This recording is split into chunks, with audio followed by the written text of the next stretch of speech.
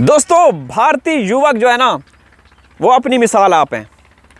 दोस्तों कल उन्होंने जिस तरीके से धर्मेंद्र कुमार को हटा दिया, इस्तीफ़ा देने पे मजबूर किया, तो ये सीमा को रबुपुरा से हटाना उनके बाएं हाथ का खेल है। पूरा भारत वहाँ जंतर मंतर जमा था, वहाँ पे जो हो रहा था, सरकार आपको पता है कि वो बिल्कुल घुटने टेकने पे मजबूर हो गई। तो अगर आप लोग इस औरत को पहले थोड़ा सा चर्चा कर लेते हैं। ये औरत देखें, इसको देखिए, ये एक आदमी इसका मेकअप कर रहा है।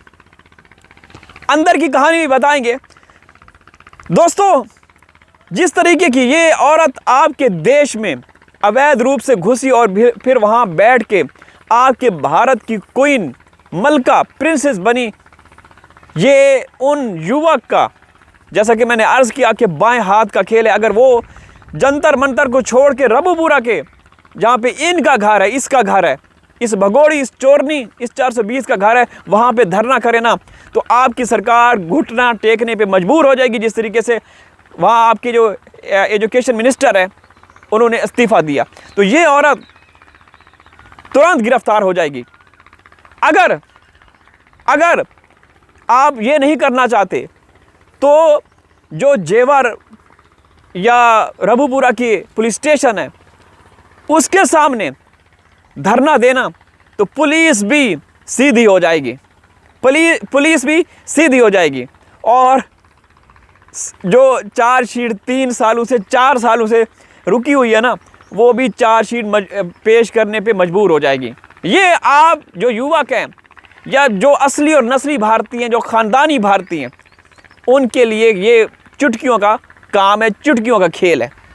ये औरत जो मेकअप कर रही है, कभी कुकिंग करके दिखाती है, कभी आपके अदालतों को, आपकी एजेंसियों को, आपकी पुलिस को ठेंगा दिखाती है, ललकारती है कि किसी ने मेरा क्या बिगाड़ा। क्यों? क्योंकि मोदी और योगी का हाथ है। हम तो सीधी बात करते हैं। वही मोदी और योगी जो कि काकरोच जनता पार्टी के सामने भीगी बिल्ली बन गए। समझ रहे हैं ना?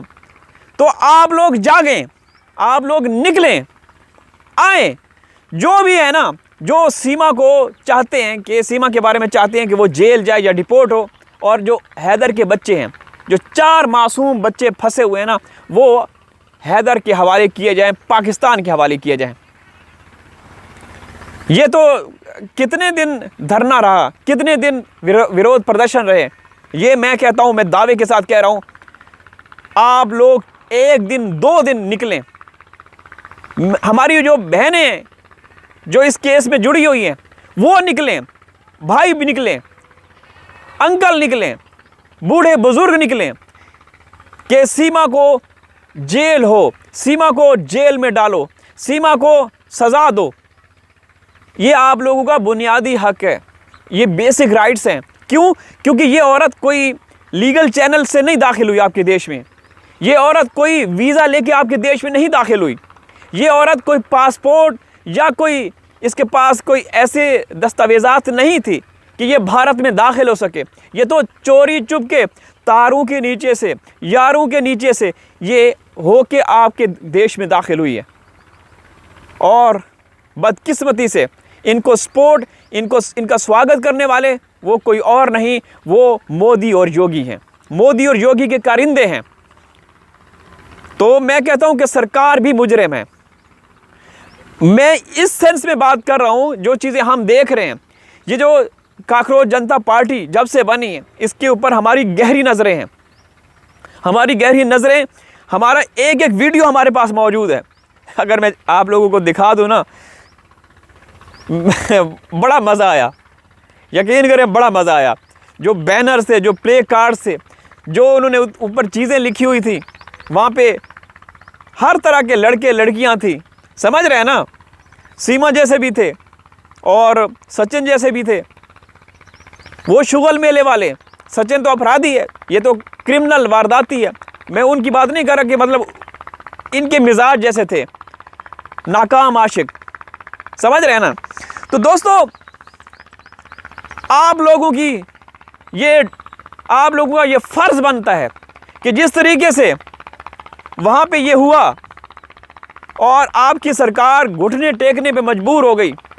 और परसों आप लोगों ने मोदी को भी देखा जो ऐसे तस्वीर फ्रेंड लिखा हुआ पढ़ रहे हैं समझ रहे हैं ना, टेलीप्रॉम्प्टर के ज़रिए से वो सारी चीज़ें पढ़ के आप लोगों को जो बता रहे हैं, चलें वो हमारा मुद्दा ही नहीं है, वो आपके हिंदुस्तानी उसके ऊपर चर्चा कर रहे हैं।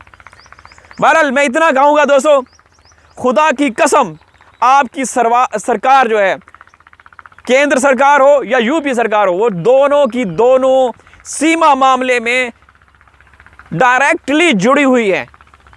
वरना सीमा की क्या हिम्मत, क्या मजाल कि वो आपके हिंदुस्तान में इलीगल रूप से घुसकर जो भाषण देती है, जो बयान देती है, समझ से बाहर है।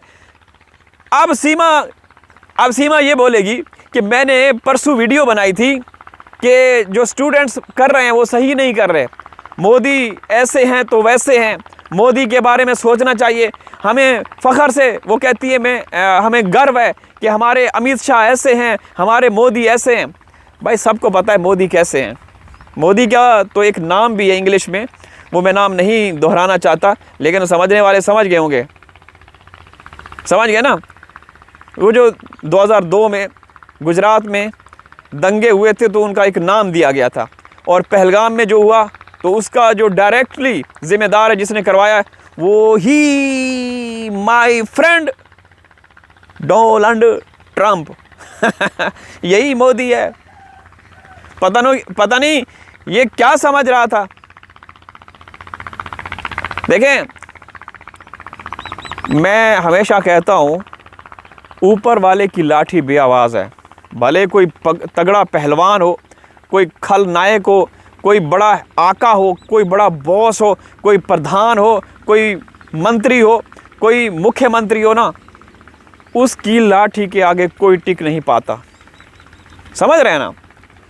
तो हमारा तो मुद्दा, हमारे 4 बच्चे हैं मेड इन पाकिस्तान।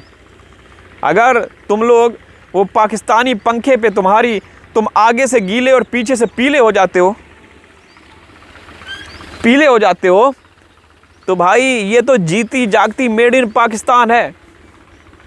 अब इसके बारे में किसी ने नहीं बोला कि वो किस बेस पे कल परसों बयान दे रही थी, भाषण दे रही थी कि स्टूडेंट्स को वो गलत कर रहे हैं।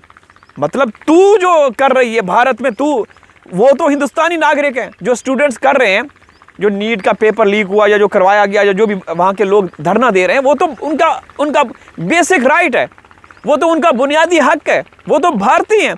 तू भारतीय है, इससे किसी ने नहीं पूछा। नीचे कमेंट्स आपने पढ़े होंगे, यकीन करेंगे जो असली और नस्ली ख़ानदानी भारतीय है ना, उनको शर्म आई होगी कि ये औरत कर क्या रही है, ये कौन से उस पर किस सिमत में, किस डायरेक्शन में ये औरत तेज़ी के साथ बढ़ रही है। मतलब कोई इज्जत, कोई हया नाम की भी चीज़ होती है। दोस्तों इजाज़त चाहता हूँ, हाजिर होगा किसी और वीडियो में, तब तक अल्लाह हाफिज़।